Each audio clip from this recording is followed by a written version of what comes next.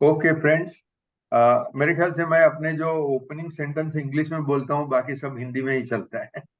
तो हम अभी हिंदी में ज्यादा बात करते हैं, क्योंकि ये अपने फिलोसॉफी की जो बातें हैं वो उसके जो हिंदी गुजराती वगैरह में प्रायः मतलब 70% तो संस्कृत के ही शब्द है, खाली क्रियापद में चेंज होता है। तो इसके लिए संस्कृत में जो हमने पढ़ा है वो जब हिंदी में बात करते हैं तो बात करने में ज्यादा ज्यादा मजा रहती है। हमने जो पहले सत्संग में गीता के 3rd अध्याय का 19 श्लोक तक हमने बातें की है। और 19वां श्लोक में भगवान अर्जुन से कहते हैं कि तू निष्काम होके या तो आसक्ति के बगैर अनासक्त होकर अ, अपना कर्म कर। अभी आपको सबको ख्याल होगा कि गांधी जी ने भी गीता के ऊपर कमेंट्री लिखी है, छोटी सी कमेंट्री है, और वो कमेंट्री का नाम ही उन्होंने अनासक्ति योग दिया है। अनासक्ति मतलब निष्काम, जिसको अपने कर्म के फल में आसक्ति नहीं है, ऐसे लोग को वो ऐसे कर्म को अनासक्त कर्म कहते हैं। और गांधी जी ने ये देख लिया कि गीता का मेन मैसेज है कर्म कर, और वो कर्म भी निष्काम कर्म कर। तो इसी के लिए उन्होंने निष्काम कर्म के बदले अनासक्ति योग ऐसा नाम दिया है। वो 19वां श्लोक में भगवान अर्जुन से कहते हैं कि तू निष्काम कर्म कर। फिर 20वें श्लोक में आगे बढ़ते हैं और कहते हैं कि वो, क्योंकि अर्जुन को अपना कर्म जो था, वो समय उसके सामने जो कर्म था युद्ध करने का, और वो युद्ध करने में उसे बहुत दुख हो रहा था। युद्ध से वो कभी डरा नहीं था, वो तो जिंदगी में बहुत सारे युद्ध खेले थे। हाँ, मगर यहाँ उसे लगता था कि मैं युद्ध करूंगा तो मेरे ही सगे संबंधी मारे जाएंगे। तो वो उसे पसंद नहीं था और इसी के लिए वो हिचकिचा रहा था। तभी भगवान उसे कहते हैं कि तुम्हारे पहले भी बहुत लोगों ने कर्म किए हैं, और जो जनक जैसे राजा, तो यहाँ अपने कमेंटेटर है वो सब बड़े बड़े लोग जो हो गए उनके सबके नाम देते हैं कि सूर्य नाम के राजा हो गए, वैवस्वत मनु हो गए, इक्ष्वाकु हो गए, जनक राजा हो गए। ये सभी राजा मतलब खाली राजा नहीं थे, वो तो पूरा अद्वैत वेदांत को जान के बैठे थे और फिर भी कर्म करते थे। तो वो उनके निष्काम कर्म थे और उन्होंने निष्काम कर्म करके आगे अपनी प्रगति की। तो भगवान इसे कहते हैं कि तू भी निष्काम कर्म कर। आदमी को जो हम बोलते हैं भव बंधन, जन्म मरण के बंधन, वो बंधन कर्म करने से कभी नहीं लगते हैं, या तो क्रिया करने से नहीं लगते हैं। वो क्रिया या तो कर्म के पीछे तुम्हारी कामनाएं हैं, वो कामना बांधती है इंसान को, कर्म नहीं बांधते हैं।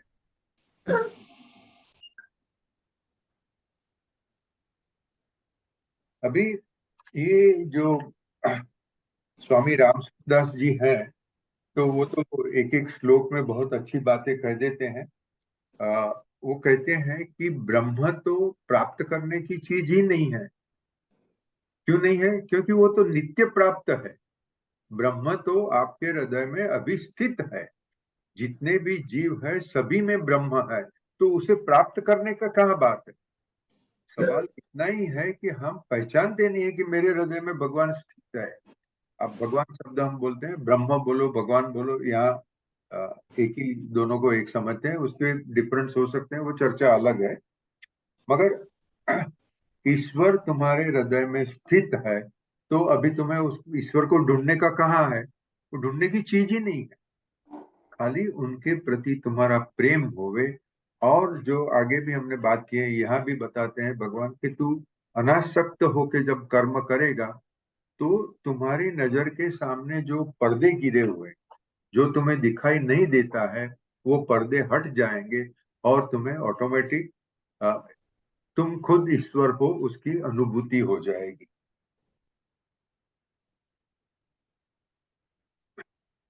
फिर बोलते हैं कि हमने आगे जब कर्म का सिद्धांत के ऊपर चर्चा की थी तभी बात की थी कि you are the subject. Everything else is object, और सब्जेक्ट और ऑब्जेक्ट के बीच में जो हो रहा है वो कर्म है। अभी ये इंग्लिश ग्रामर की लैंग्वेज हुई, वो क्रिया है, कर्म है, वॉट एवर यू से। फिलोसॉफी की भाषा में अपने संस्कृत में ऑब्जेक्ट्स को विषय बोलते हैं, और कर्ता तो जो है वो आत्मा है, तो आत्मा कर्म करता है। अभी इसके ऊपर भी विवाद हो सकता है और यही चैप्टर में आगे आता भी है, वो समय पे मैं बताऊंगा। मगर अभी शॉर्ट में जो ग्रामर को हम फिलोसॉफी में लेके आते हैं, या तो ग्रामर का लॉजिक फिलोसॉफी में लेके आते हैं, आत्मा कर्म कर रहा है, शरीर भी ऑब्जेक्ट है, शरीर आत्मा नहीं है। अगर मैं कहूँ कृष्ण कुमार जी, तो कृष्ण कुमार जी का शरीर जो है वो, उनका नाम रूप व्यवहार जो है वो सब ऑब्जेक्ट है। उनके भीतर रहा हुआ आत्मा ही करता है। वो आत्मा बाकी सारे संसार से जो काम करता है वो उनके कर्म है। अभी वहां वो आसक्त होके करते हैं, अनासक्त होके करते हैं, उसके ऊपर उनके कर्म के फल का आधार रहता है। तो यहाँ राम सुखदास जी कहते हैं कि कोई भी विषय की प्राप्ति कर्म किए बगैर नहीं होगी। अगर मुझे पैसा कमाना है तो मुझे प्रैक्टिस करनी पड़ेगी, या तो कोई बिजनेसमैन है तो उसको बिजनेस करना पड़ेगा, उसको कर्म करेगा तभी उसको वो वस्तु की, विषय की प्राप्ति हो सकती है, नहीं भी हो सकती है, वो उसका अलग अलग संजोग के ऊपर आता है। मगर ईश्वर प्राप्ति कर्म से नहीं होती है, ब्रह्म प्राप्ति कर्म से नहीं होती है, कर्म से सिर्फ चित्त शुद्धि होती है। चित्त शुद्धि जब हो गई तो ऑटोमेटिक आपो आप ईश्वर दर्शन हो जाते हैं, बोलो, या तो ईश्वर साक्षात्कार हो जाता है। ईश्वर को प्राप्त करने के लिए उत्कट अभिलाषा चाहिए, ये राम सुखदास जी कहते हैं। आपकी उत्कट इच्छा, आप सबने पढ़ा होगा, मैं खाली ब्रीफली बोलता हूँ कि विवेकानंद जी ने बताया था उत्कट इच्छा ईश्वर प्राप्ति के लिए किसको कहते हैं। तो एक इंसान उनके पास गया था और उनके साथ चर्चा करता था। फिर उसने बोला कि स्वामी जी, मुझे ईश्वर प्राप्ति कैसे हो गई? तो स्वामी जी ने कहा, मैं चलो अभी नदी में स्नान करने को जाता हूँ, तुम भी चलो, हम साथ में बात करते हैं। फिर दोनों नदी में अंदर गए और यहाँ तक पानी आ जावे इतना पानी में गए। और स्वामी जी तो मजबूत आदमी थे, पहलवान जैसा उनका शरीर था। उन्होंने वो इंसान को पकड़ के, आई एम सॉरी, हाँ, एक मिनट।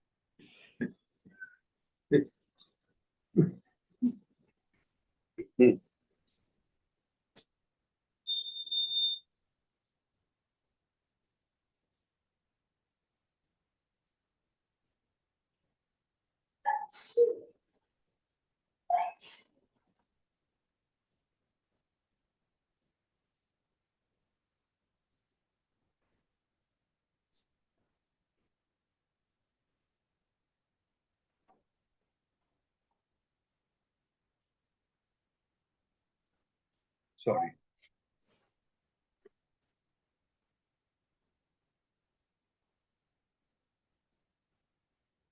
ईश्वर प्राप्ति के लिए, हाँ, उत्कट अभिलाषा की जो बात करते हैं, तो विवेकानंद जी ने, वो जो साधक उनके पास आया था, उसको कंधे को पकड़ के उसको पानी में डुबा दिया। उसका सिर तक, उसका नाक वगैरह सब पानी में चला गया। वो आदमी तो आधी मिनट में, 1 मिनट में छटपटाने लगा, अरे अरे अरे। और उसको छटपटाने दिया, स्वामी जी ने उसको पकड़ के दबा के रखा। वो इतना नहीं छटपटाया कि वो मर जावे, और जब एकदम छटपटाने लगा तभी उससे छोड़ दिया। तो वो आदमी का सिर जब पानी से बाहर आ गया तो बोले, अरे अरे, आपने ये क्या कर दिया? तभी स्वामी जी ने कहा, अभी तुझे अपना जीवन चलाने की जो उत्कट अभिलाषा थी, इतनी उत्कट अभिलाषा जब भी तू मुझे ईश्वर प्राप्त करने को होगी तो ईश्वर प्राप्त हो जाएगी। बाकी तुम बोलो मैं खाता हूँ, पीता हूँ, आराम करता हूँ, और जब समय मिले तो ईश्वर की साधना कर लेता हूँ, तो ऐसे नहीं ईश्वर मिलते। वो कोई फिजूल नहीं पड़े हैं कि आप जब चाहो तभी आपको मिल जाएंगे। तो उसके लिए ये राम सुखदास जी कहते हैं कि उत्कट अभिलाषा चाहिए। और फिर आगे कहते हैं और कि अर्जुन को युद्ध करना है, वो धर्म की स्थापना के लिए करना है।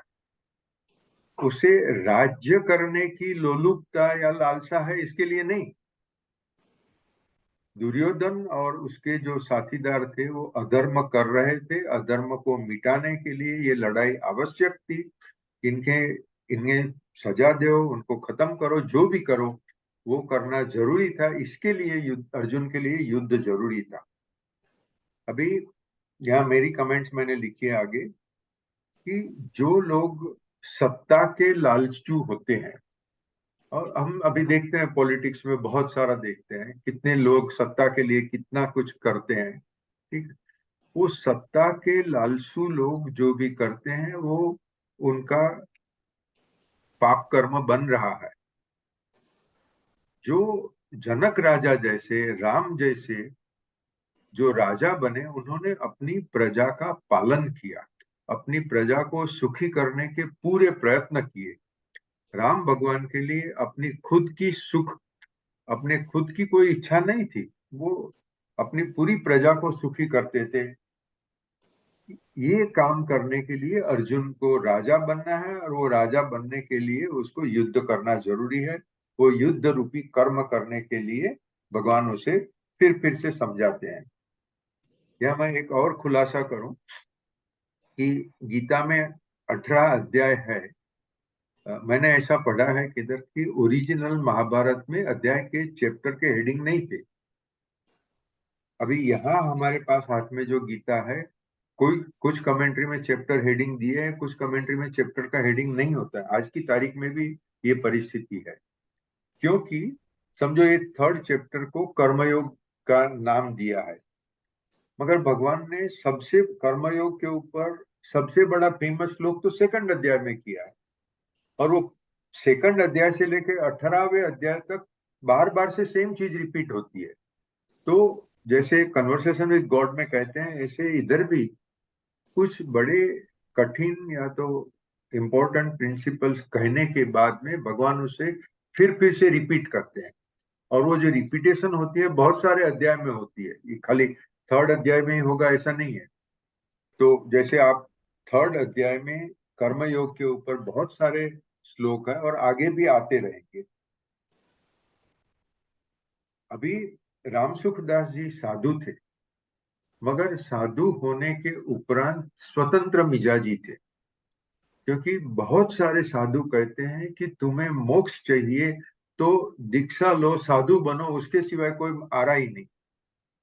फिर जो भक्त लोग होते हैं वो बोलते हैं कि भक्ति के बगैर तुम्हें मोक्ष प्राप्ति नहीं होती है। अभी मैं यहाँ एग्जैक्टली राम सुखदास जी के शब्द पढ़ता हूँ। અહીં આવેલા કર્મણૈવ हि સંસિદ્ધિમ આસ્થિતા, પદોથી સિદ્ધ થાય છે કે કર્મयोग મુક્તિનું સ્વતંત્ર સાધન છે। मतलब कहते हैं कि कर्मयोग तो एक इंडिपेंडेंट साधन है, वो खाली कर्मयोग करो, निष्काम कर्मयोग करो, उसी से आपको मोक्ष प्राप्ति हो सकती है। मोक्ष प्राप्ति भी हम एक शब्द बोलते हैं, एक फ्रेज बोलते हैं। हकीकत में तुम्हें पता हो जाएगा कि तुम खुद ईश्वर हो। ये ईश्वर साक्षात्कार मतलब आत्म साक्षात्कार निष्काम कर्म से हो सकता है। और भी चीजें हैं, भक्ति योग, ज्ञान योग, राजयोग वगैरह है, मगर कर्मयोग एक स्वतंत्र साधन है। ये राम सुखदास जी ये एक कमेंट्री में कम से कम 3-4 बार रिपीट करते हैं। फिर आगे 21वें श्लोक में, और ये मुझे पता है दिनकर को बहुत प्रिय श्लोक है, यहाँ भगवान कहते हैं कि श्रेष्ठी लोग, समाज में कुछ लोग श्रेष्ठी गिने जाते हैं, तो श्रेष्ठी लोग जो काम करते हैं बाकी के सभी उनको फॉलो करते हैं। और तू श्रेष्ठी है। श्रेष्ठी मतलब क्या कि तेरे लिए समाज में मान है, पूरा समाज जानता है कि तू बहुत बड़ा योद्धा है। अभी जब युद्ध की बात आई, तभी तू युद्ध छोड़ के चला जाएगा तो फिर लोग बोलेंगे यार युद्ध नहीं करो, सब लोग यही काम करेंगे। मगर संसार में तो ऐसी परिस्थिति आएगी, फिर से आती रहेगी, जब तुम्हें युद्ध करना पड़ेगा। तो तुम श्रेष्ठी हो। श्रेष्ठी का धर्म है कि वो अपना कर्म पूरा करे। और भगवान ये कहते हैं कि जो शास्त्र है या जो सिद्धांत दिए शास्त्र पढ़ने की, सब में गुंजाइश नहीं होती है। पढ़ भी लिया तो वो समझने की, उसको अपने बर्तनूक में लाने की भी गुंजाइश नहीं लोगों में होती है। मगर लोगों ने देखा कि हाँ वो आदमी कर रहा है, तो बस अपना दिमाग यूज किए बगैर उसको फॉलो कर। ये समाज में बहुत सारे लोग करते हैं। मगर इसमें फिर राम सुखदास जी आगे कहते हैं कि अपनी अपनी जो अ, वृत्ति होती है उसके हिसाब से लोग करते हैं। कुछ लोग की वृत्ति ऐसी है कि उनको बहुत पैसा चाहिए, बहुत प्रसिद्धि चाहिए। हम्म, तो जो पैसे वाले हैं, बड़े बड़े इंडस्ट्रियलिस्ट है, वो भले सभी कायदे का भंग करते हैं, बहुत कुछ गलत काम करते हैं, अपने कस्टमर को चीटिंग करते हैं, सरकार को चीटिंग करते हैं, मगर पैसा बहुत, तो उसे आदर्श मान लेते हैं। तो ये वो इंसान जो फॉलोअर है, वो अपनी वृत्ति के हिसाब से चुनता है कि उसके हिसाब से कौन श्रेष्ठी है। जिसके दिल में गलत काम करने की आकांक्षा नहीं है, पैसा तो सबको चाहिए, मगर वो संसार चलाने के लिए चाहिए। या तो मैं हमेशा ये विप्रो के चेयरमैन अजीम प्रेम जी का उदाहरण मैं अच्छा मानता हूँ कि he is an honest industrialist, very honest businessman, और बहुत कमाया। अगर आप ऑनेस्टी से धंधा करो और बहुत कमाओ तो कोई तकलीफ नहीं है। मगर कमाने के लिए डिसऑनेस्टी करो तो फिर वो आदमी श्रेष्ठी नहीं। तो जिन लोगों को अपने सिद्धांत पर, अपने प्रिंसिपल्स पर, अपनी ऑनेस्टी वगैरह का ऊपर प्रेम है, वो ऐसे ही लोगों को श्रेष्ठी मानते हैं। मगर कुछ भी हम चर्चा दलील करें, Arjun was a non leader, he was a very big leader. Okay, तो अर्जुन का तो धर्म है, अभी उसके लिए धर्म था युद्ध करना।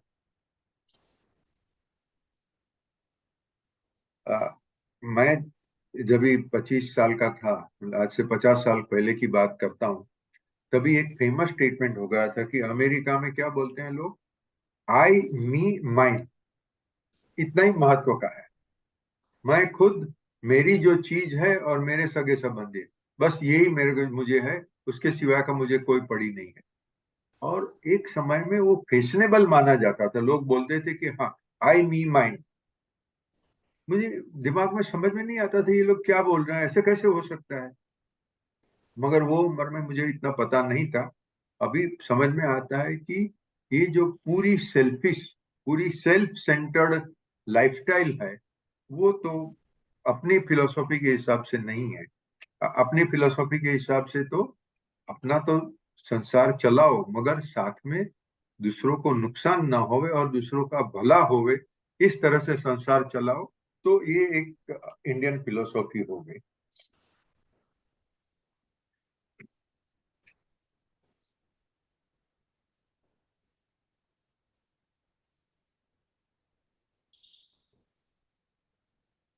आगे 22वां श्लोक में कहते हैं, I hope you have your own commentary on Gita. तो मैं श्लोक तो पढ़ता नहीं हूँ, उसके ऊपर कमेंट्री के ऊपर ही सीधी बात कर लेता हूँ। तो भगवान कहते हैं कि मेरे लिए तीनों लोक में, मतलब ये पृथ्वी, ये संसार की बात छोड़ो, तीनों लोक में मेरे लिए कर्तव्य करने का कोई भी चीज नहीं है। और मुझे प्राप्त करने की इच्छा होवे और मुझे प्राप्त न होवे, ऐसा भी कुछ भी नहीं है। मुझे जो भी प्राप्त करना है मेरे पास है। हाँ, मुझे कर्म करने की कोई जरूरत नहीं, फिर भी मैं क्यों कर्म करता हूँ? मैं कर्म इसलिए करता हूँ कि लोग मुझे फॉलो करते हैं। अगर मैं कर्म करने को बंद कर दूंगा तो पूरे संसार की व्यवस्था खराब हो जाएगी। अच्छा, ईश्वर का कर्म क्या है? अभी ये धार्मिक बात है, हाँ, ये प्योर अद्वैत वेदांत की बात यहाँ नहीं हो रही।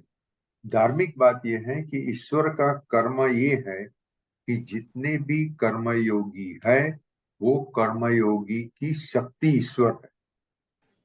अगर हम कहें कि बाबा आमटे, उन्होंने लेप्रेसी पीड़ित लोगों की बहुत बड़ी सेवा की, और वो तो गरीब थे, मगर आज की तारीख में भी जो, अभी तो बाबा आमटे नहीं रहे, उनके पूरा संसार फैमिली में सब लोग डॉक्टर हैं, उनके बेटे भी डॉक्टर है, उनकी बहुएं भी डॉक्टर है, वो सब लोग यही सेवा का ही काम करते हैं।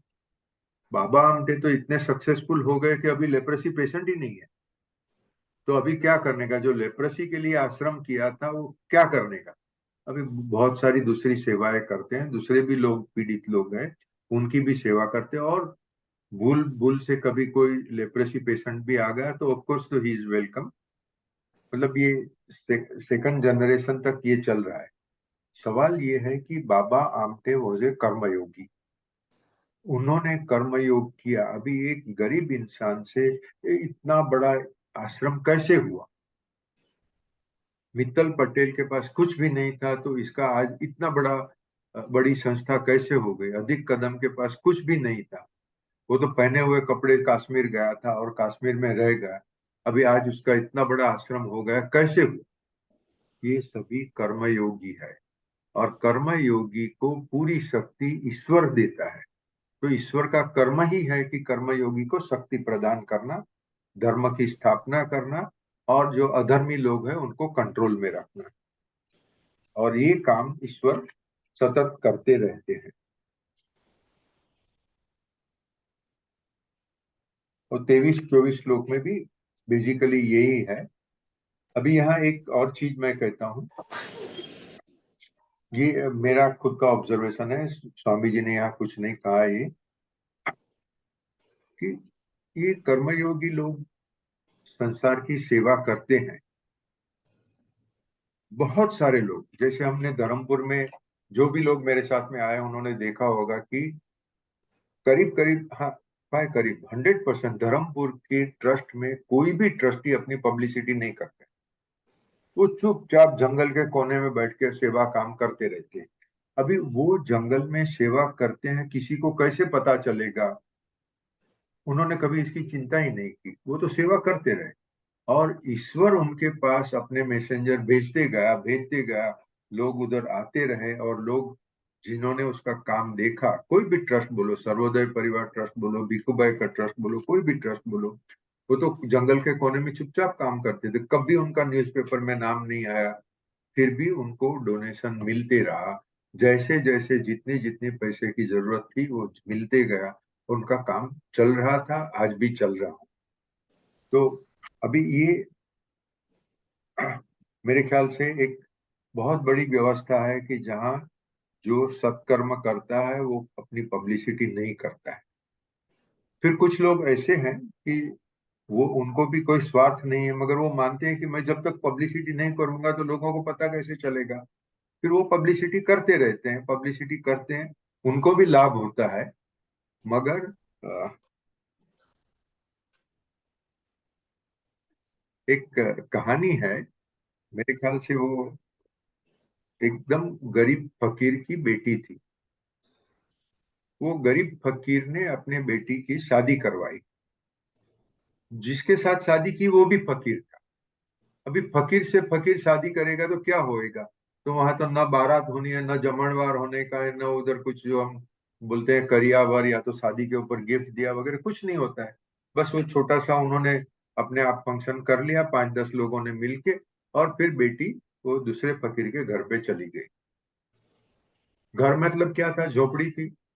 वो झोपड़ी में गई तो उधर जो जुआन पति था, उन्होंने एक कपड़े के पैकेट में थोड़ी रोटियां वगैरह संभाल के रखी थी।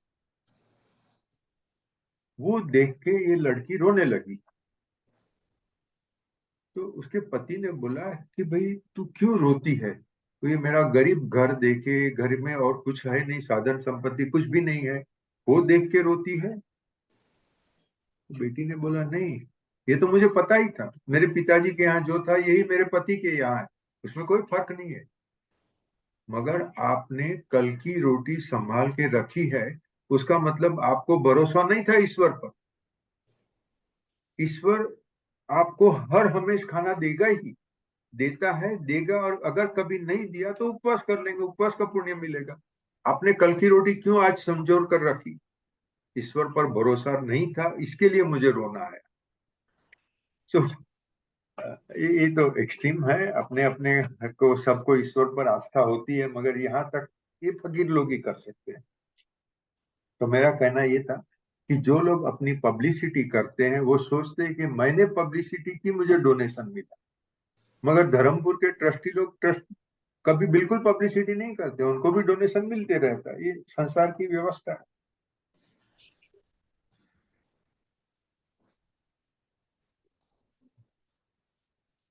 ये कमेंट्री में तो इतना सब कुछ अच्छा है कि मैं तो बार बार जो कहता हूँ इसके लिए कहता हूँ कि आप लोग सब पढ़ो, क्योंकि गुजराती में है, हिंदी में है, इंग्लिश में है, सभी भाषा में कमेंट्री तो है।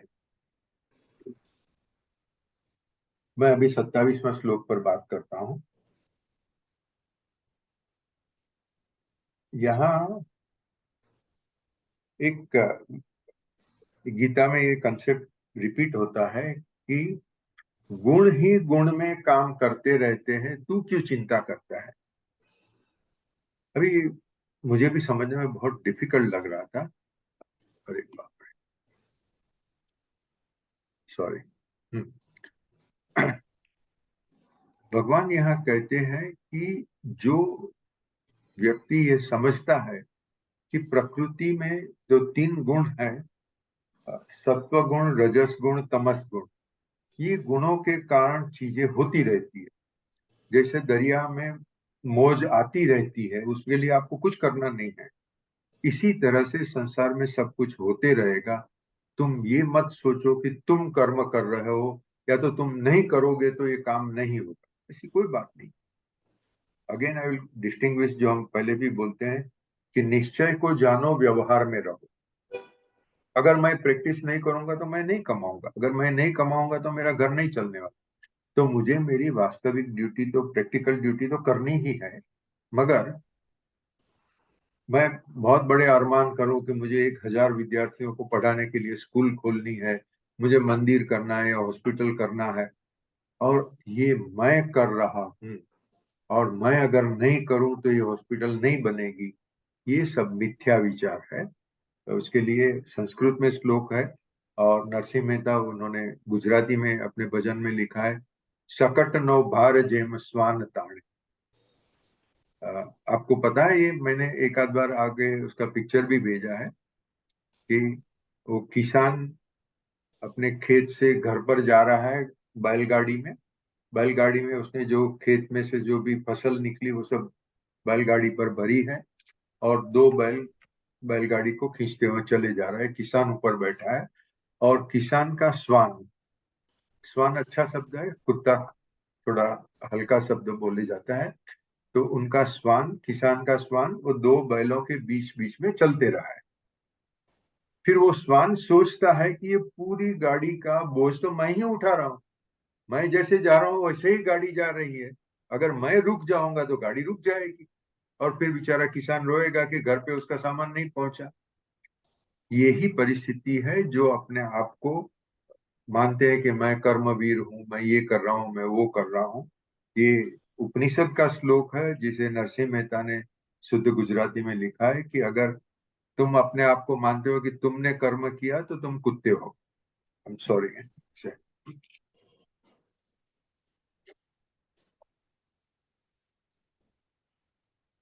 अभी हमने आगे भी पहले बात की है, और यहाँ भी वही चीज फिर से आ रहा है कि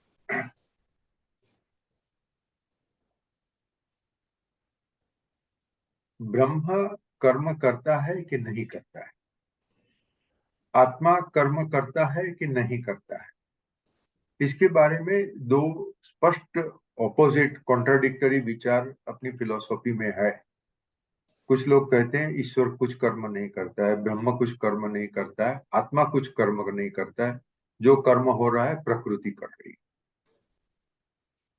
मेरा शरीर, मैं जो बोल रहा हूँ, आप जो सुन रहे हैं, आपका शरीर, ये सब प्रकृति का विषय है।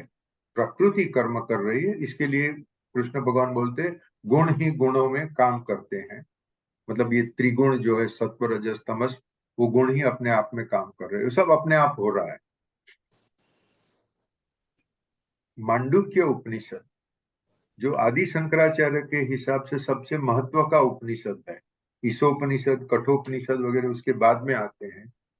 मांडुक्य उपनिषद में कमेंट्री में फर्स्ट पेज में कहते हैं अगर उसे हम ब्रह्म कहें, मांडुक्य में उसको तुरीय तत्व बोलते हैं, हम अपने भाषा में ब्रह्म कहते हैं। ब्रह्म संसार की रचना करता है, ब्रह्म खुद व्यक्त होता है संसार की तरफ से, और जिस जिस व्यक्तव्य में वो व्यक्त होता है वो हर एक व्यक्तव्य को ब्रह्म ही एनर्जाइज करता है, उसे चेतना देता है, उसे शक्ति देता है। तो ब्रह्म ही कर्म करता है, ब्रह्म ही कर्म भोगता है। अभी यहाँ जैन धर्म और हिंदू धर्म के बीच में जो डिफरेंस है, हिंदू धर्म में जो रिलीजन की बात करते हैं, वेदांत की बात अलग है। रिलीजन में कहते हैं कि आत्मा कभी कुछ कर्म नहीं करता है, प्रकृति कर्म करती है। जैन धर्म में कहते हैं आत्मा है, आत्मा कर्म करता है, और आत्मा कर्म के फल भुगतता है। ये आत्मा कर्म करता है, ये चीज मांडुक्य उपनिषद से डायरेक्टली सिमिलर। मांडुक्य उपनिषद ये कहता है कि आत्मा ही कर्म करता है, और या तो कलेक्टिवली कहें तो ब्रह्म ही कर्म करता है। इसका रिजोल्यूशन क्या है? तो रिजोल्यूशन ये है कि कहते हैं कि ब्रह्म के दो एस्पेक्ट है, दो स्वरूप है। एक निर्गुण तत्व है, एक सगुण तत्व है। जो निर्गुण तत्व है उसे आप ब्रह्म कहो, वो ब्रह्म निष्क्रिय है, वो हमेशा सच्चिदानंद में है, वो आनंद ही कर्म करता है, उसे कुछ करने की जरूरत नहीं है। जो उसका निर्गुण सगुण एस्पेक्ट है, वो सगुण एस्पेक्ट को ईश्वर से लेकर प्रकृति, इंसान और बैक्टीरिया, वायरस सब उसी में आ गया। वो सगुण ब्रह्मन जो है वो कर्म भी करता है, सबको एनर्जाइज भी करता है, और फिर वो कर्म के जो भी फल होते हैं वो भुगतता भी है। तो ये दो अलग अलग विचार का रिकंसिलिएशन सगुण और निर्गुण में होता है।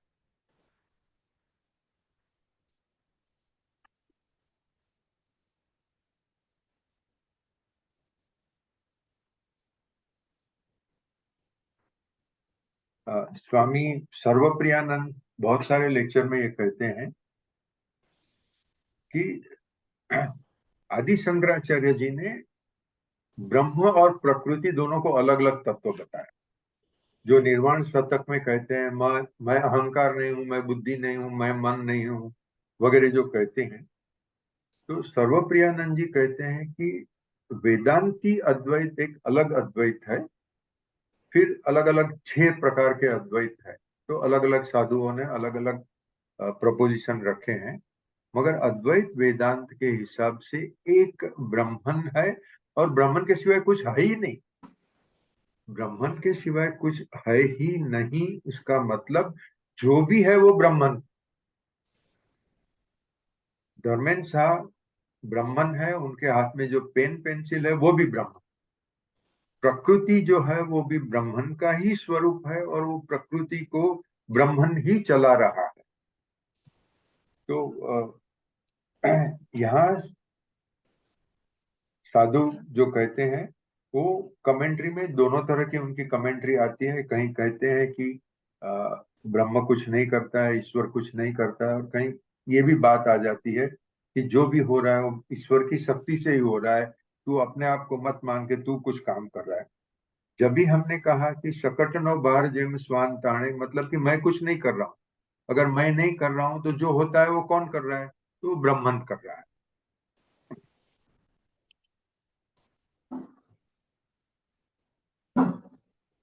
ये एक दो कॉन्ट्राडिक्टरी बात करके उसका रिकंसिलिएशन की मैं बात कही।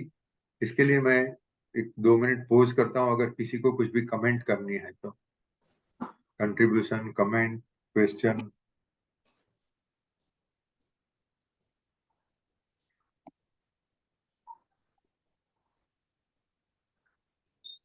नहीं sir, you can proceed sir. Okay.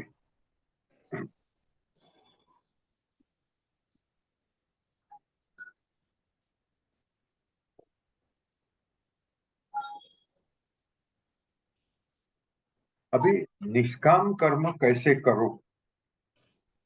तो निष्काम कर्म करने की बात यहाँ 30th श्लोक, 30वां श्लोक में भगवान ने कही है कि, अभी मैं मेरे शब्दों में बात करता हूँ जो भगवान ने कहा है कि इंसान जो भी सेवा कर्म करता है, सत्कर्म करता है, ये समझ लो कि ये मेरी ईश्वर की तरफ की प्रार्थना है। पूरा संसार ईश्वर ही है, तो मैं किसकी सेवा करता हूँ? मैं यही समझता हूँ। जो विवेकानंद जी ने शब्द यूज किया था, दरिद्र नारायण, गांधी जी ने भी वो शब्द यूज किया था, दरिद्र नारायण, क्योंकि मुझे गरीब में भी भगवान दिखता है। और भगवान दिखते हैं, वो आज इस परिस्थिति में है, मैं उनकी सेवा करता हूँ। मैं मंदिर में जाके भजन नहीं गाता हूँ, मंदिर में जाके भगवान की पूजा नहीं करता हूँ, मगर मैं जो भी सेवा काम करता हूँ वो ही मेरी भगवान के तरफ की पूजा है। अच्छा, इसका मतलब ये नहीं कि कोई मंदिर में नहीं जावे। जो भक्ति करने में जिसको रस है, वो मंदिर में भले जावे, वो मंदिर में जाके पूजा भी करे, दर्शन भी करे, फिर बाहर आके जो सेवा कर्म करते हैं, वो सेवा कर्म भी उसका भगवान के तरफ की प्रार्थना ही है। तो इसके लिए यहाँ कहते हैं भगवान कि तू जो भी कर्म कर रहा है मुझे अर्पण कर दे। तू मत सोच के तू कर रहा है, वो मैं कर रहा हूं, ऐसा जो अहंकार है वो अहंकार को छोड़ दे। सब कर्म मुझे तू अर्पण कर दे। मेरी प्रार्थना शब्द भगवान ने यूज नहीं किया है, तू मुझे अर्पण कर दे। उसके बाद में तू जो भी करेगा उसका तुझे पाप नहीं लगेगा। क्योंकि अर्जुन को अपने सगे संबंधी मर जावे उसका दुख तो था ही, साथ में उसको एक वो बहुत बड़ा जघन्य पाप हो जाएगा ऐसा भी डर था। क्योंकि कोई इंसान कोई भी कारण के लिए अपने भाई को, अपने कजिन को मार डाले तो वो तो बहुत बड़ा पाप है। तो भगवान कहते हैं तेरा धर्म युद्ध करने का है। वो युद्ध करने का कर्म तू मुझे अर्पण कर। तू मत सोच के तू कर रहा है, तू भगवान को अर्पण करके उसके बाद में युद्ध कर, फिर तुझे कोई पाप नहीं लगेगा। हम लोग तो जो सेवा की बात करते हैं, तो सेवा में तो पाप का कोई सवाल नहीं है, मगर युद्ध कर्म भी वो, और सगे संबंधी को मारने का। अर्जुन ने भीष्म पितामह को मारे, तो जिसको वो दादा कहता था, जिसको सबसे ज्यादा प्रेम करता था, उसको भी उन्हें मारा। वो युद्ध में उसका कर्तव्य था, उसको करना था। और उसका पाप जब वो कृष्णार्पण, जो कृष्णार्पण शब्द है कि अपना सभी कर्म कृष्ण को अर्पण करके आगे कर, तो सब तुम्हें कोई पाप नहीं लगेगा। एक्चुअली अभी मुझे ख्याल आता है कि सुरेंद्रनगर डिस्ट्रिक्ट में मैं जब भी जाता था, गांव गांव हम लोग घूमते थे तालाब खुदवाने के लिए। अभी धर्मेंद्र भाई भी वाटर मैनेजमेंट का काम कर रहे हैं। मैंने वो जब सुरेंद्रनगर में बहुत सारे गांव ऐसे हैं कि वहाँ जैन लोगों का वर्चस्व बहुत है। और मैं एक गांव में गया था, मैं बोला यहाँ पानी की तकलीफ है, पानी की बहुत तकलीफ है, पीने का पानी की तकलीफ है, खेती के लिए तकलीफ है, सभी जगह की तकलीफ। तो मैंने कहा सब साथ में मिले और ये तालाब खुदाते हैं। अरे अरे, तालाब खोदेंगे, उधर वो कुदाई पावडा लगाओगे या तो मशीन लगाओगे, तो तालाब की मिट्टी में कितने सारे जीव होंगे, वो जीव मर जाएंगे, उसका पाप लगेगा। वो पाप लगने में हम कारण रूप नहीं बनेंगे, तो हम तो तालाब खोदने का काम नहीं करेंगे। भाई हम क्या बोल सकते हैं किसी को। मैंने उनसे एक्चुअली, ये मेरा डायलॉग था वही टाइम पे। हम लोग खाना खाने को बैठे थे, सभी जैन लोग थे, मैं भी जैन हूँ। हम लोग सब साथ में बैठे थे, मैंने देखा, बोलो मैं अभी एक चपाटी खाऊंगा। वो एक चपाटी में कम से कम 100 गेहूं के दाने गए। उसके बाद में भात खाऊंगा तो भात में कम से कम 200 दाने चावल के गए। मूंग खा रहे हैं तो मूंग में 200 दाने मूंग के गए। हर एक दाने में जीव है, हर एक दाने में पोटेंशियल था कि एक नवा छोड़ उग के, नवा बुश उग के उसके ऊपर सैकड़ों और दाने हो सकते थे।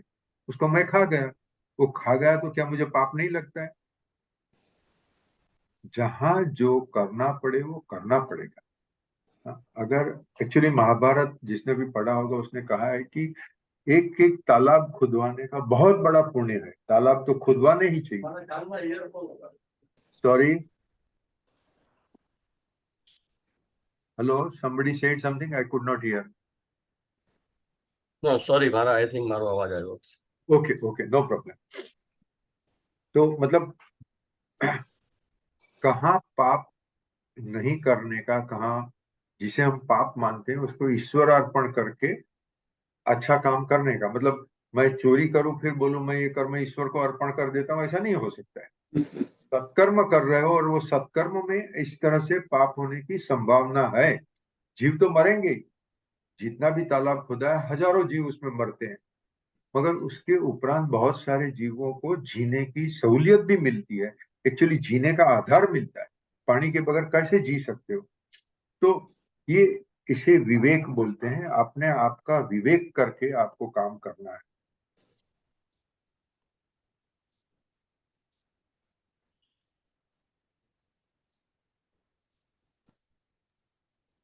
31 श्लोक है, वो थोड़ा ज्यादा भक्ति के ऊपर है। 32 श्लोक भी भक्ति के ऊपर है कि मैं ईश्वर भक्ति करता हूँ, मगर जहाँ ये शब्द आते हैं कि इंसान को ईश्वर की भक्ति करनी चाहिए, ईश्वर ने कहा ऐसे ही करना चाहिए, ईश्वर ने कहा ऐसा नहीं करेगा तो वो नष्ट हो जाएंगे, तो ये शब्द मुझे ज्यादा पसंद नहीं है। आपको भक्ति करना है तो करो, अगर भगवान किसी को कोई सजा नहीं। और खास करके तो ये मैं दृढ़ तरह से मानता हूँ कि समाज में बहुत सारे लोग हैं कि जो भगवान के अस्तित्व को ही मना करते हैं। वो कहते हैं भगवान नहीं है।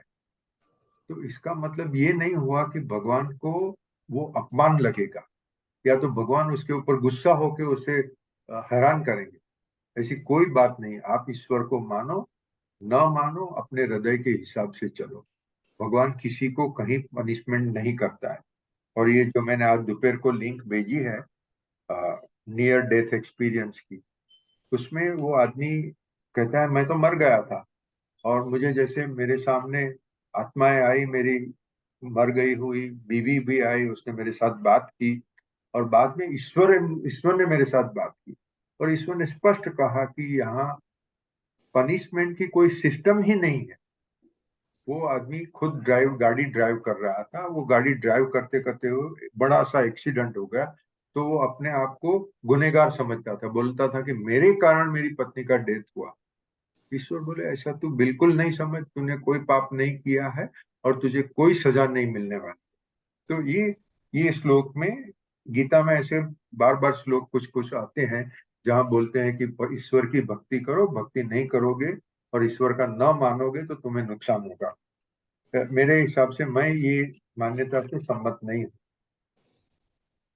और यह स्वामी श्याम सुखदास जी कहते हैं कि ये तो गीता तो भगवान ने कही हुई बात है, इसके ऊपर कोई चर्चा नहीं करने की, उसके ऊपर कोई शंका नहीं करने की।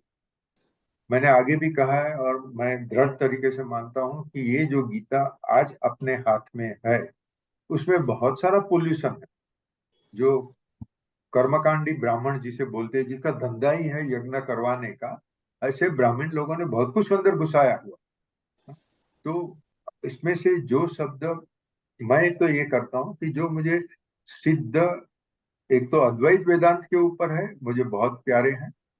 दूसरा है जो 16वां अध्याय है, जिसमें दैवी संपत्ति और असली संपत्ति की बात की है कि आप ऑनेस्टी से, प्रेम से काम करो और कमाओ, वो आपकी दैवी संपत्ति है।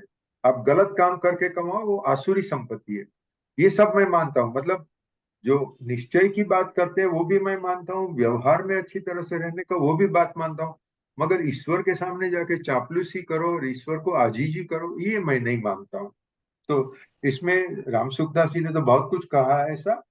मैं ये मानता हूँ कि गीता में बहुत सारा पोल्यूशन है, और जो भी पोल्यूटेड श्लोक्स है वो मैं अपनी यहाँ अपने डिस्कशन में ड्रॉप कर देता हूँ।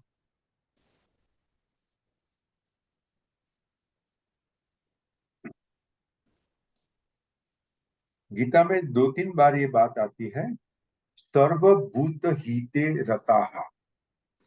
सज्जन कौन है, साधु संत कौन है, कि उनके दिमाग में हमेशा ये है, सर्व मतलब सभी, भूत मतलब जीव। भूत शब्द यहाँ सर्व संस्कृत में भूत का शब्द अर्थ है जीव। हर एक जीव का कल्याण की इच्छा करने वाला आदमी है, वो संत है। अभी संत को तो खाली इच्छा करने का ही काम है, संत को कर्म नहीं करना है। हम लोग गृहस्थ है। गृहस्थ को ये है कि हम इच्छा भी करें कि पूरे भारत का, पूरी दुनिया का, सबका कल्याण हो, फिर हमारी शक्ति के अनुसार हम दूसरे का कल्याण का प्रयत्न भी करें। दूसरों की सेवा भी करे। तो हमें तो कर्मयोग भी करना है, प्रार्थना भी करनी है। साधु संतों के लिए फक्त प्रार्थना करना, आशीर्वाद देना, वो बहुत कुछ सफिशिएंट है।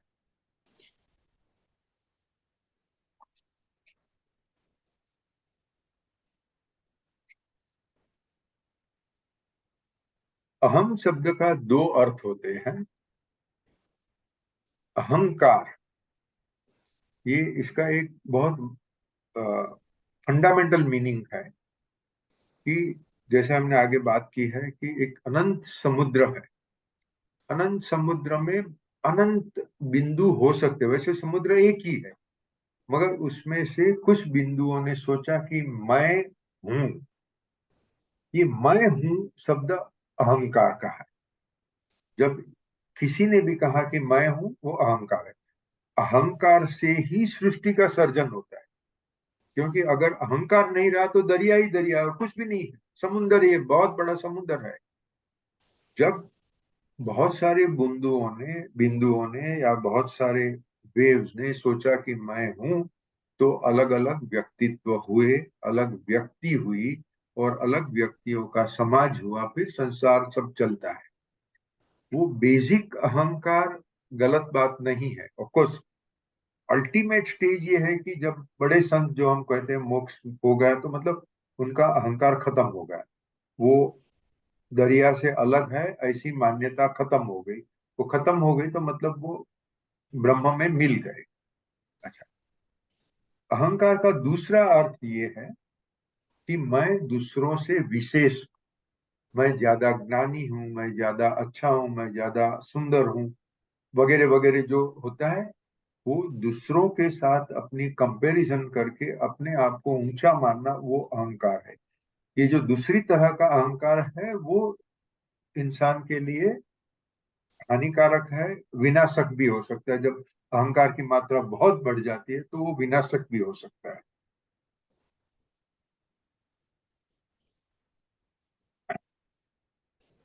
साधु लोग कहते हैं कि आपको राग द्वेष दोनों को छोड़ दो, तभी आप स्पिरिचुअलिटी में आगे बढ़ सकते हो। अभी मुझे भी, जो मेरे एक वडील है, शायद मैंने यहाँ पहले भी रेफरेंस किया था, मेरे पिताजी के दोस्त थे इंदु भाई शाह। और हम लोग तो नेचुरली पिताजी के दोस्त थे तो हिंदू काका कह के बुलाते थे।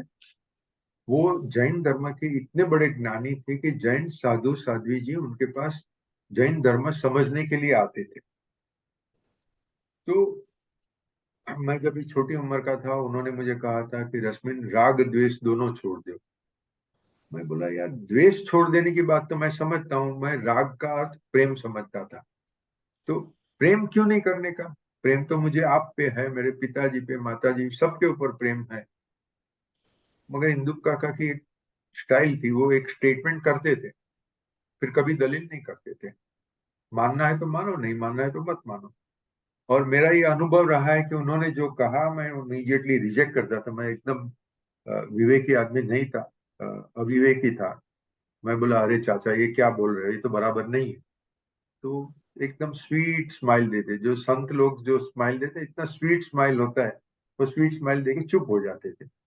फिर 4-5 साल बाद मुझे समझ में आता था कि हाँ, चाचा ने 5 साल पहले कहा था, सही था। फिर मैं चाचा के पास जाता था, बोला, चाचा आपने जो कहा था बराबर था। फिर चाचा दूसरा स्टेटमेंट करें, फिर तीसरा स्टेटमेंट करें। ऐसे करते करते उन्होंने मुझे बहुत सारे माइलस्टोन्स दिए थे। और व्यवहार और निश्चय, उसकी समझ भी हिंदू काका ने ही मुझे दी है। और बहुत, ऑफकोर्स हिंदू धर्म, जैन धर्म, सब जगह पे ये शब्द का उपयोग हुआ है, मगर कुछ कुछ साधु लोग ही उपयोग करते हैं, इसका बहुत कॉमन उपयोग नहीं होता है।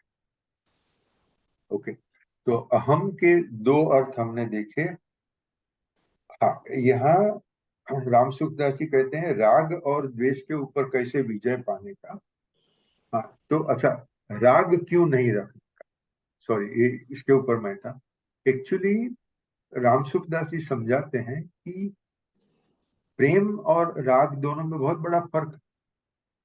और उन्होंने एक इलस्ट्रेशन दिया है कि समझो आपको सत्संग के ऊपर प्रेम है, साधु संतों की बात सुनना, सज्जनों से मिलना, उनके साथ वार्ताएं करना, ये आपको पसंद है।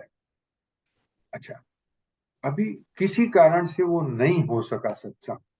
आपको तो सत्संग करना है, मगर कोई कारण आ गया, कोई भी हो सकता है कारण, जिसके कारण आप सत्संग नहीं कर सके। तभी अगर आपको क्रोध आया तो समझो कि वो राग है। और सत्संग करने की इच्छा होने के बावजूद आप सत्संग नहीं कर सके तो समझो कि आपको प्रेम है। अभी यहाँ ये इलस्ट्रेशन जो स्वामी रामसुखदास जी कहते हैं, वो मैं गांधी जी के इलस्ट्रेशन से कहता हूँ। गांधी जी को अहिंसा प्यारी थी और वो अहिंसा का उपदेश देते थे। ब्रिटिश सल्तनत को भगाने की थी, मगर अहिंसा से ही भगाने थी। वो जब जब भी गांधी जी के अनुयायी हिंसा कर बैठते थे, तब गांधी जी क्या करते थे? जिसने हिंसा की उसके ऊपर उन्होंने कभी क्रोध नहीं किया।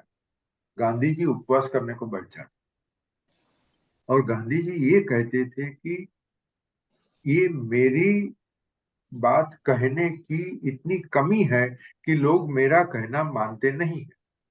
मुझमें कमी है, इसके लिए मैं उपवास कर रहा हूं।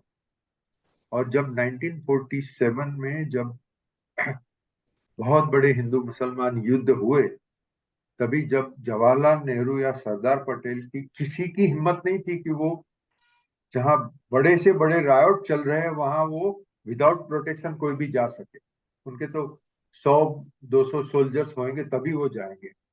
गांधी जी एक इंसान थे, वो सबसे ज्यादा से ज्यादा, आई थिंक एक तो नोआखली था और एक दूसरी जगह थी, दो जगह पे जो भयंकर रायट होते थे वहां गए। उनके साथ न एक भी आदमी पुलिस था, न कोई प्रोटेक्टर था, और वहां जाके उपवास करने को बैठ गए। और उनके उपवास करने के कारण ऑटोमेटिक रायट शांत हो गए। ये इनके प्रेम की ताकत थी। प्रेम और राग, इसमें बहुत बड़ा फर्क है। जब मुझे कुछ पसंद है, वो मुझे चाहिए, वो मेरे पोजेशन में होवे, मेरी ओनरशिप में होवे, वो राग है। मुझे मेरा बेटा पसंद है और मेरा बेटा खुश रहे, उसे खुश करने के मैं प्रयत्न करूं, और वो खुश अपनी मर्जी से अपने तरीके से रहे, वो प्रेम है। मेरी मर्जी के विरुद्ध करे तो मुझे क्रोध आवे, तो वो मेरा मोह है, वो राग है। और साधु लोग कहते हैं आप राग को भी छोड़ दो, द्वेष को भी छोड़ दो, तभी आप स्पिरिचुअलिटी में आगे बढ़ सकते हो। अभी एक बहुत अच्छा स्टेटमेंट यहाँ किया है कि जो संत लोग हैं, जो पहुंचे हुए संत हैं, उनके दिमाग में न राग है न द्वेष है। अभी समझो शिरडी के साईं बाबा की बात करो, ठीक है, उनको तो कोई इमेजिन भी नहीं कर सकता है किसी के ऊपर उनको कभी क्रोध आएगा। उनको सबके लिए प्रेम था। वो खुद एकदम गरीब मुफलिस की हालत में रहते थे, और उनके भक्त गरीब होवे या श्रीमंत हो, उनसे कोई फर्क नहीं पड़ता था। ऐसे साधु संत जिनके हृदय में न राग है न द्वेष है न मोह है, सिर्फ प्रेम है, निर्दोष शांत प्रेम है, उनके हृदय में जो भी बात आती है वो हमेशा अच्छी बात होती है, वो शास्त्र सम्मत होती है। मतलब शास्त्र, यहाँ शास्त्र शब्द के बहुत सारे अर्थ होते हैं, मगर मैं उपनिषद को शास्त्र कहूंगा और गीता के जो प्योर भाग है उसको शास्त्र कहूंगा। ऐसे शास्त्र में जहाँ कहा है वो ही विचार उनके दिमाग में आएंगे, उनके दिमाग में कभी गलत विचार आएगा ही नहीं। तो ये संत लोग जो कहते हैं, अभी कबीर है, तुकाराम है, नरसिंह मेहता है, ये सब संत है। निसर्ग दत्त महाराज हो गए। ये भी मैं कहना चाहूंगा कि निसर्ग दत्त महाराज का देहांत हुआ 1981 में। मतलब it is the current generation, ऐसा नहीं कि कोई हिस्टोरिकल बात है। 1981 में हम में से बहुत सारे लोग थे यहाँ। कुछ लोग जो जवान है सब, उनका बर्थ शायद समझो 71 के बाद में हुआ होगा, तो उनको ये सब समझ नहीं थी। मगर मैं तो अपने आप को ये मानता हूँ कि उनको मिलने की एक अपॉर्चुनिटी थी। वो बम्बई में ही रहते थे, बम्बई में रहते थे और इंटरनेशनली फेमस थे, मगर मैं उनका दर्शन नहीं कर सका। आज की तारीख में भी ऐसे बहुत लोग होंगे जो अद्वैत वेदांत का रियलाइजेशन करके बैठे हुए हैं, तो चुपचाप बैठे हैं, उनको कोई पब्लिसिटी करने की जरूरत नहीं है। तो राम सुखदास जी कहते हैं कि ऐसे साधु संत जो है उनके दिमाग में कभी विकार नहीं होता है, कभी कोई गलत बात आती नहीं है। उनसे प्रश्न पूछोगे तो वो जो जवाब देंगे उसे आप ब्रह्म वाक्य समझ के चलो, उसको प्रमाण समझ के, प्रमाण मतलब that is the fundamental evidence of what is good what is bad, वो समझ के आप चलो। और यहाँ कवि कालिदास का एक वाक्य राम सुखदास जी कोट करते हैं कि ये संत लोग जो साधु संत है उन्होंने इतना सारा पढ़ा है कि कहीं ना कहीं से इलस्ट्रेशन लेके आते हैं। तो वो कवि कालिदास ने राजा दुष्यंत का वर्णन किया है, उसमें कहते हैं कि इंसान को जब कुछ डाउट हो, अभी मैं ये करूं या ना करूं, ये करूं या वो करूं, ऐसे इसे संदेह कहते हैं। तो सब संदेह होते हैं, तभी संत पुरुष की सलाह को प्रमाण मान के उसको वेद वाक्य समझ के आप आगे चलो। ये कवि कालिदास का कहा हुआ है।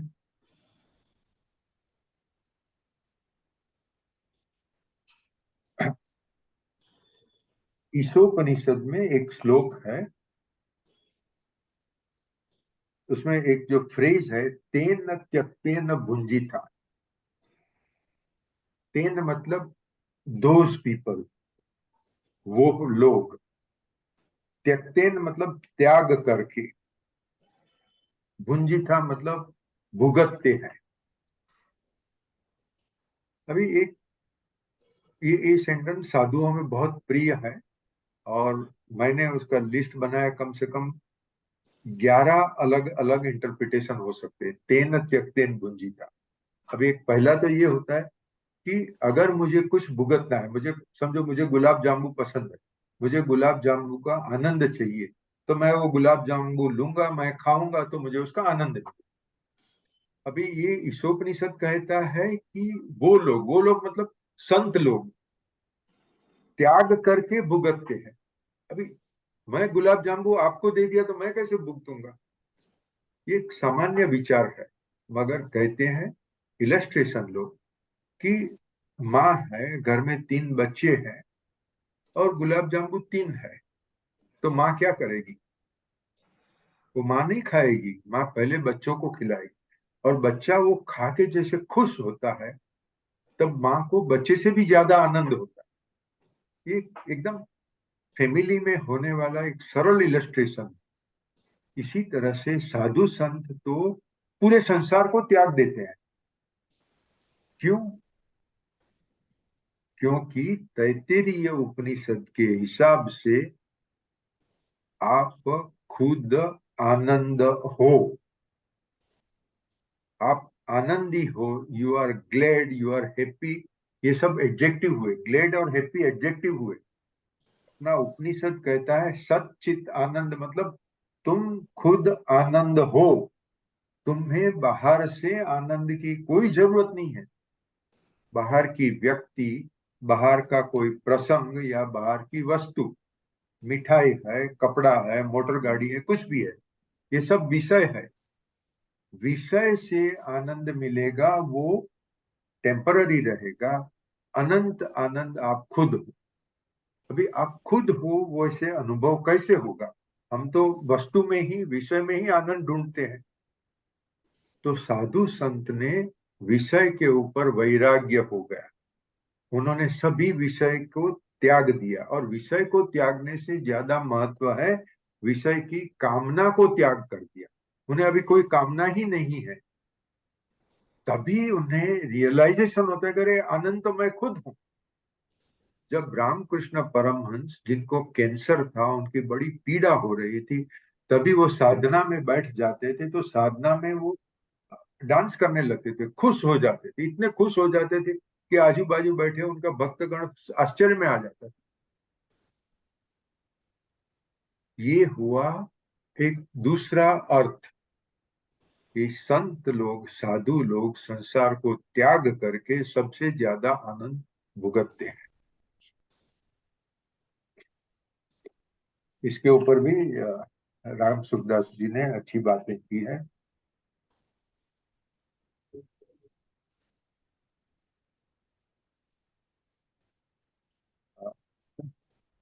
Any comment, anything, any query और एनीथिंग? क्योंकि मैं तो बोलने का शुरू करता हूँ तो बोलते ही जाता हूँ, बोलते ही जाता हूँ। રશ્મિ શ્લોક નંબર 35 પર તારું શું કહેવું છે? एक અને से પછી અર્જુનનો ક્વેશ્ચન છે એના પછીનો છે શ્લોક નંબર 36 પર. श्लोक नंबर 35। ओके। શ્રેયાન સ્વધર્મો વિગુણ પરધર્મસ્ત્વનુષ્ઠિતાत् स्वधर्मे निधनम श्रेय परधर्मो भयावह. हाँ हाँ हाँ।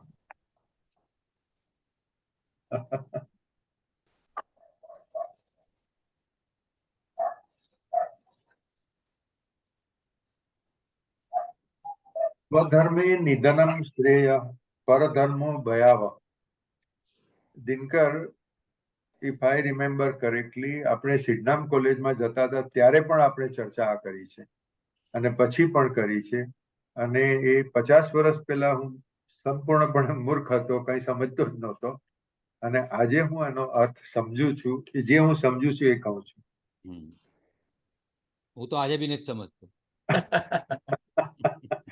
તારી નમ્રતા છે. एक्चुअली धर्म शब्द नो अर्थ, धर्म शब्द का अर्थ एक बहुत अलग अलग अर्थ अलग अलग सब जगह पे होता है। मगर यहाँ कृष्ण भगवान ने क्या अर्थ उसका सोचा है? कृष्ण भगवान के हिसाब से धर्म मतलब योर ड्यूटी।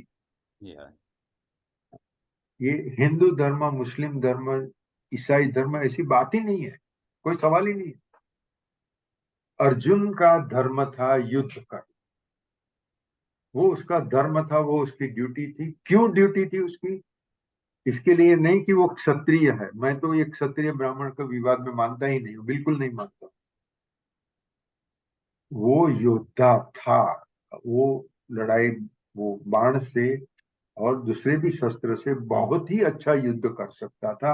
उसने बड़े बड़े योद्धाओं को हराए। ये एक बात। साथ में उस समय हस्तिनापुर में अधर्म बहुत ही बढ़ गया, अधर्म तो हद के बाहर हो गया। ये कौरव लोग अत्याचार करते थे। तभी उसका धर्म था कि वो अधर्मी लोगों को सजा देवे, और अधर्मी लोगों को सजा देने के लिए युद्ध करने का वो उसका धर्म था। अच्छा, उसी समय समझो कि उनका चैरियटियर था, उनके सारथी का धर्म नहीं था युद्ध करने का। सारथी का धर्म है चैरियट को, अपने राजा को सही सलामत तरह से युद्ध में घुमाना, जहां युद्ध में जरूरत हो वहां ले जाना, जहां जरूरत नहीं उधर से दूर करना, अपने घोड़ों को संभाल के रखना, सुबह शाम उनको खाना पानी देना और उनको युद्ध के लिए व्यवस्थित रखना, वो सारथी का धर्म।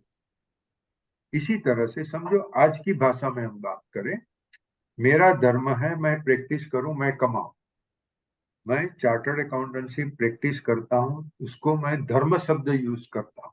ये कृष्ण भगवान ने कहा। या मैं जैन हूं कि हिंदू है वो सवाल ही नहीं होता है। अच्छा, अगर मेरी पत्नी का धर्म है मेरे बच्चों को संभाले, घर को संभाले और घर में एक प्रेम का वातावरण रखे, बच्चों का धर्म है पढ़ाई करना, ये कोई भी सामान्य फैमिली की ये बात हुई, ठीक है। तो यहाँ भगवान कहते हैं स्वधर्मे निधनम श्रेय। अर्जुन, तेरा धर्म है युद्ध करने, वो युद्ध करने में तू मर भी गया तो कोई बात नहीं, तू उसका संताप मत कर, क्योंकि सेकंड चैप्टर में ही भगवान ने कहा है कि तू अमर है यार, डेथ जैसी कोई चीज ही नहीं है, मृत्यु तो है ही नहीं। मगर यहाँ व्यवहारिक भाषा में कहते हैं कि तू युद्ध कर, वो तेरा धर्म है, युद्ध करते करते मर भी गया कोई बात नहीं। मगर तू युद्ध छोड़ के बोलेगा अभी मैं साधु हो जाता हूं, भिक्षाम देही करके भीख मांगने को निकलूंगा, तो तू मरेगा तो नहीं, मगर वो बड़ा भयंकर चीज हो जाएगी, क्योंकि तू अपना धर्म छोड़ के जो तेरी ड्यूटी नहीं है, जो तेरा कर्तव्य नहीं है, वो करने को जाएगा तो बड़ा भयावह। This is what I understand today, Dinkar. What लेकिन डू यू अभी थिंक? ये मॉडर्न परिप्रेक्ष्य में आप देखेंगे हम्म। तो इजराइल जो हमास को खत्म करता है, हमास इजराइल हाँ को खत्म करता है, तो वो हाँ कैसे जस्टिफिकेशन आता है? हाँ, बहुत बहुत अच्छा सवाल, क्योंकि ये मैंने इसमें लिखा हुआ है। मैंने ये चैप्टर आगे पढ़ता था तभी मैंने लिखा है। हाँ, 35वां श्लोक में, एक सेकंड, हम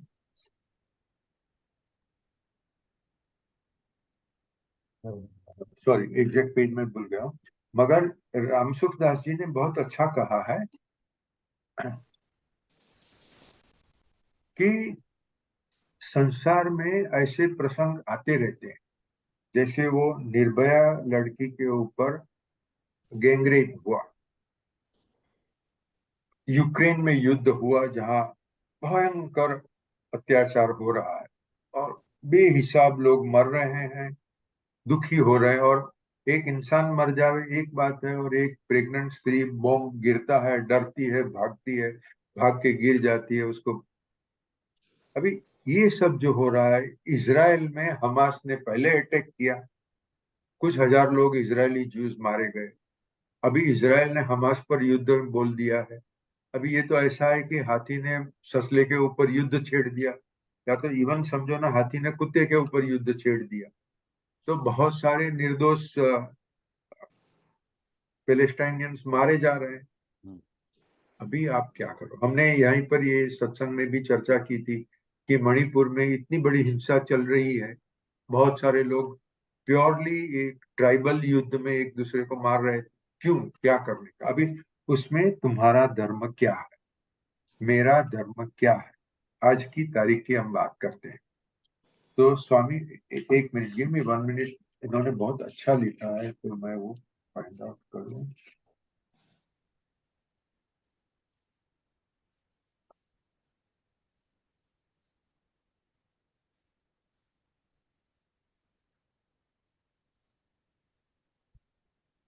क्योंकि ये तो दोनों अपना धर्म समझते हैं, इजराइल भी समझता है अपना धर्म हमास को मारने का, और हमास भी समझता है कि ये मेरा धर्म है।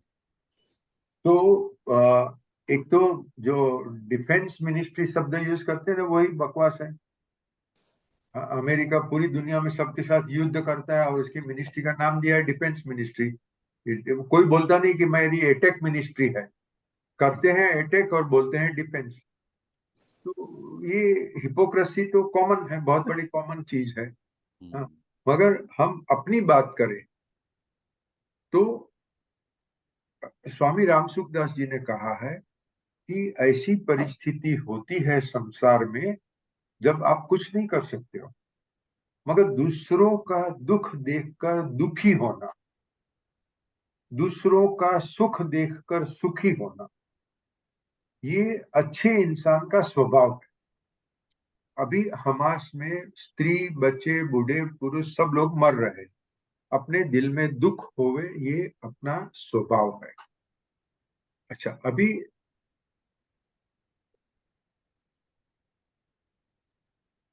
To pray for them is our स्वभाव। हम अगर प्रार्थना करें, हमें न ज्यू से द्वेष है न मुस्लिम से द्वेष है, हमें दोनों से प्रेम है, और दोनों मर रहे हैं और दोनों के कारण हमें दुख हो रहा है। ये सांसारिक व्यवहारिक भाषा है।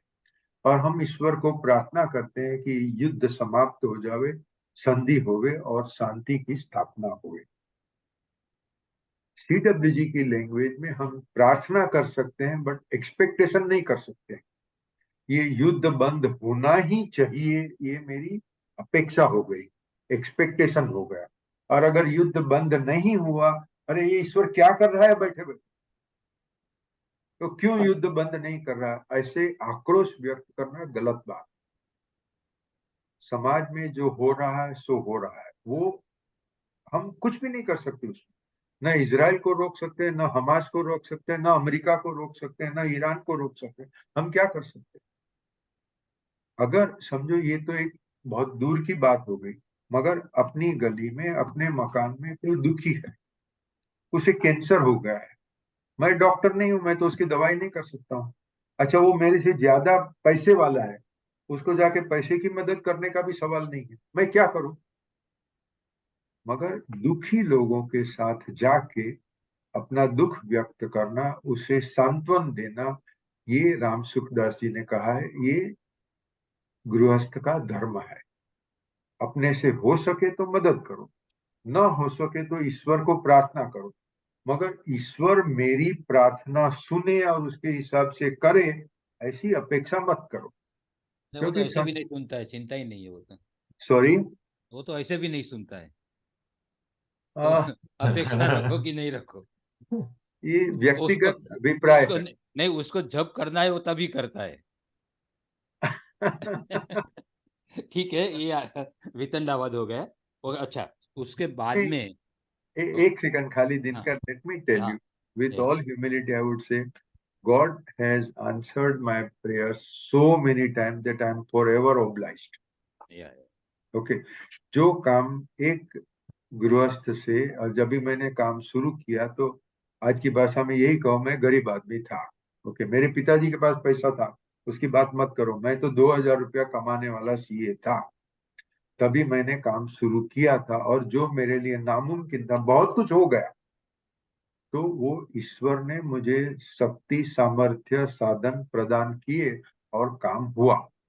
या तो कहो कि ईश्वर ने ही काम किया, मुझे माध्यम बनाया, इंस्ट्रूमेंट बनाया। तो मैं बहुत खुश हूं, और मैं नहीं कहूंगा कि ईश्वर नहीं सुनता है मेरी। अभी कुछ चीजें ऐसी है कि जो मुझे पसंद नहीं है। समझो, हमारे ही कुटुंब में, अपने ही रिश्तेदार में कोई बहुत बीमार है, किसी कोई बहुत बड़ी तकलीफ है, ना अपने से दूर होती है, हम ईश्वर को प्रार्थना करते हैं, और वो इंसान तो मर जाता है, वो उसकी बीमारी दूर नहीं होती, मर जाता है। ठीक है, लाइट लगा। थैंक यू बड़ी। पंखा भी, पंखा नहीं, मस्त हवा आ रही है। Thank you. जिसे क्वेरी नहीं करनी है वो अपना ऑडियो म्यूट कर देंगे तो अच्छा है। Anyway, so I have told Dinkar my belief, this is my Mantavya, my view, कि ईश्वर कभी कभी सुनते हैं। ओके, नाउ नहीं, यू प्लीज गो मेरा तो अनुभव है कि मेरे तो बिना प्रार्थना किए भी वो सुन लेता है। तो वो तो सवाल ही नहीं है। वो that is my personal experience, कि यस, हमने कुछ यस, मांगा ही नहीं है, उसने दे दिया। तो हाँ, सब that means blessings without asking. बराबर, वो करेक्ट, क्वेश्चन वो क्वेश्चन ही वो पर्सनल एक्सपीरियंस हो गए। हाँ, लेकिन बराबर है, that is I I agree with you.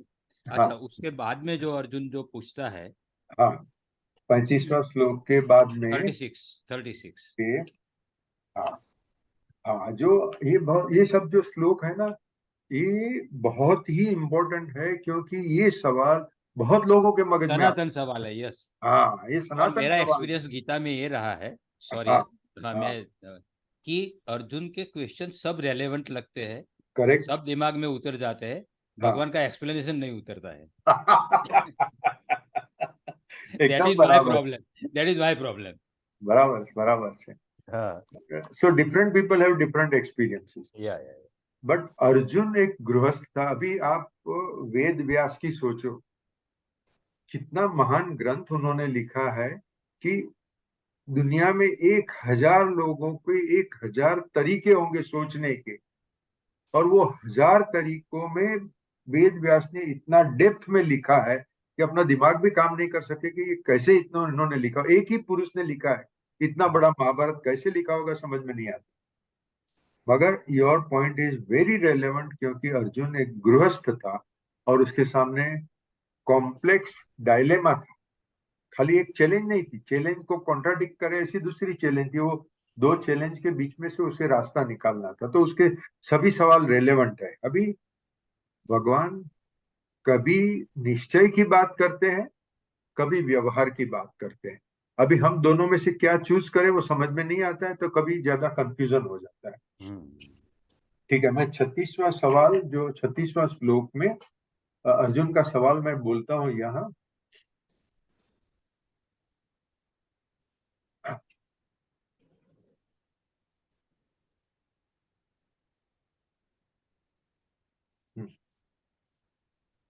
भगवान ने तो कह दिया कि तू अपना धर्म कर, स्वधर्म में निधन भी हो जाए, मतलब मौत हो जावे तो भी डरने की बात नहीं, वो फायदे की ही बात। मगर तू अपना ड्यूटी छोड़ के, अपना धर्म छोड़ के दूसरे की ड्यूटी करे, तो युद्ध लड़ने के बजाय साधु होके भीख मांगे, तो वो बहुत खराब है, वो भयानक है। मतलब भयावह इतना है कि वो मौत से भी ज्यादा भयावह है। Yeah. ठीक है, ये भगवान ने कहा। उसके सामने अर्जुन कहता है कि हे ईश्वर, ऐसा लगता है कि जब इंसान न चाहते हुए भी पाप करता पाप बैठता करता है। है, वो नहीं चाहता है, वो सब अरे मेरी इच्छा है मैं तो शुद्ध साधु, साधु की बात छोड़ो, मैं एक शुद्ध सज्जन रहूं, मैं कभी गलत काम ना करूं, फिर भी उससे काम हो जाता है। ऐसा क्यों? ये बहुत बड़ा सवाल है। और ये इसके ऊपर, ये जो 36वां सवाल है, उसके जवाब के ऊपर बहुत अलग अलग साधुओं ने बहुत अच्छी अच्छी कमेंट्रीज लिखी है। तो जैसे मैंने कहा, आगे मेरे पास तो 10 से 11 कमेंट्री है, खाली गीता के ऊपर कमेंट्री है, और महाभारत 3-4 अलग अलग है। अच्छे साधुओं ने उसके ऊपर अच्छी कमेंट्री भी दी है। स्वामी सर्वप्रियानंद जी ने अपने लेक्चर में बहुत अच्छी तरह से समझाया है। और सर्वप्रियानंद जी ने जो कहा है वही श्लोक यहाँ रामसुखदास जी ने भी लिखा है। जो अर्जुन ने सवाल पूछा वो एक मध्यम सवाल था, एक जो विवेकी मनुष्य जैसा सामान्य सवाल पूछता है ऐसा है। मगर गर्ग संहिता में दुर्योधन ने एक स्टेटमेंट किया है, वो स्टेटमेंट मैं बोलता हूं यार।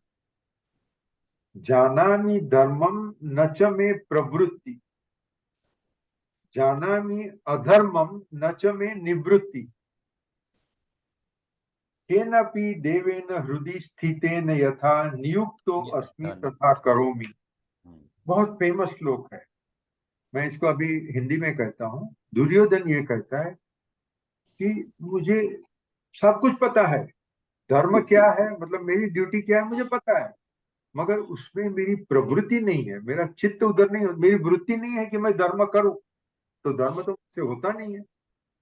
अधर्म क्या है वो मुझे पता है, उससे मेरी निवृत्ति नहीं है। पता नहीं कोई देव मेरे हृदय में बैठा है और मुझे बलपूर्वक मेरे हाथ से गलत काम करवा रहा है। वो जो गलत काम करवा रहा है, तो फिर मेरा पाप क्या, मेरा दोष क्या? जो देव करवा रहा है वो भजा सजा भुगते। Beautiful way, I mean Gita कभी कभी तो एकदम बहुत सुंदर बात कर देती है। तो यहाँ बहुत सारी कमेंट्रीज है, मगर एक चीज है, सर्वप्रियानंद जी ने जो समझाया है वो मैं कहता हूँ। वो कहते हैं कि दुर्योधन को तो एस्केपिज्म थी। हाँ, वो अपने किए का दोष अपने पर लेना नहीं चाहता था, दूसरों पर दोष डाल दिया और छोड़ दिया, और फिर मैं तो ये करते ही रहूंगा, और वो जब तक मरा तब तक उसने पाप कर्म करते ही रहा। बचपन में उसने पाप किए, जिसने महाभारत पढ़ा है उसके सब उसके पाप पता होगा। सबसे घृणाजनक तो वही था कि जब उसने द्रौपदी का वस्त्र हरण करवाया। इससे ज्यादा घृणाजनक क्या हो सकता है, क्योंकि किसी का खून करने से भी ज्यादा ये घृणाजनक था। वैसे बहुत सारे पाप किए। अर्जुन की आत्मा अलग थी, दुर्योधन की आत्मा या जीवात्मा अलग था। अर्जुन को सुधरना था। अर्जुन अपने काम की जिम्मेदारी खुद लेके वो भगवान से पूछता है, मुझे आगे बढ़ना है, कैसे बढ़ूं? वो आगे बढ़ने का काम मुझे मुश्किल लगता है, क्योंकि कभी कभी ऐसे लगता है कि ये तो मेरी तो इच्छा, मैं अगर बुद्धि से कहूँ तो ये तो मैं गलत काम करने ही वाला नहीं था, मगर जैसे मुझे किसी ने करवा लिया। कौन करवा लिया? तो स्वरूप सर्वप्रियानंद जी कहते हैं, जीव ने अनंत भव किए हैं, बहुत सारे उसके जन्म हो गए आगे। वो जन्मों में उसने जो जो अनुभव किए, मतलब उसने कुछ काम किया, उसमें मुझे सुख मिला या दुख मिला, जो सुख या दुख मिला वो उसका अनुभव हुआ। वो अनुभव करते गया, जो अनुभव उसे पसंद लगा उसमें राग हुआ, जो अनुभव उसमें उसे तकलीफ हुई उसमें ऊपर द्वेष हुआ। वो करते करते उसका एक वृत्ति बन गई। वृत्ति मतलब रिपीटेडली सेम इच्छा होना, वो वृत्ति बन गई वो वृत्ति। और सर्वप्रियानंद जी इसका एक उदाहरण देते हैं कि गांव का रास्ता है, मिट्टी का रास्ता है, वो मिट्टी के रास्ते पर बैलगाड़ी जाती है। जैसे अब सबको पता है बैलगाड़ी का पहिया लकड़े का होता है, मगर वो पहिए की रिम के ऊपर लोखंड लगा हुआ होता है, तो उसकी मजबूती के लिए। मगर वो लोहे के पहिया जब मिट्टी के रास्ते पर चलता है तो मिट्टी में लकीर हो जाती है।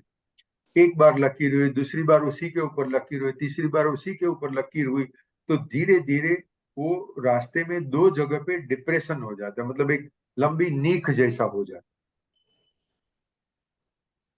ये आप सेम काम फिर अगेन एंड अगेन करते ही रहो तो ये एक वृत्ति बन जाती है। मतलब आज मुझे इच्छा हुई, मुझे एक मिठाई खाने की है, वो मेरी इच्छा हुई। कभी किसी को इच्छा हुई कि मुझे सिगरेट स्मोक करनी है, ठीक है, मगर मेरे पिताजी थे, जिंदगी में उन्होंने कभी स्मोकिंग किया ही नहीं, तो उनको स्मोकिंग की वृत्ति थी ही नहीं। तो उनको आजू बाजू में 10 लोग बैठ के सिगरेट पी रहे हैं या दारू पी रहे हैं, उनको इच्छा होने ही वाली नहीं थी। ज्यादा से ज्यादा ये इच्छा होगी कि उठ के खड़े हो जाएंगे, ऐसे रूम में बैठना ही नहीं है मुझे, चलो। तो इंसान को कोई थर्ड पार्टी पुश नहीं करती है, अपने ही वृत्ति उसको पुश कर रही है।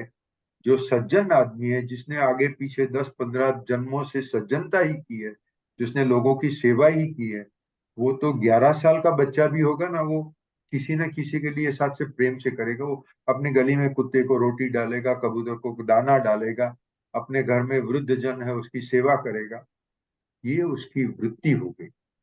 मगर जिसको स्मोकिंग की वृत्ति हो गई, जिसे दारू पीने की वृत्ति हो गई, जिसे कुछ ना कुछ गलत काम करने की वृत्ति हो गई, वो उसके आगे के अनुभवों से बनी हुई हैबिट।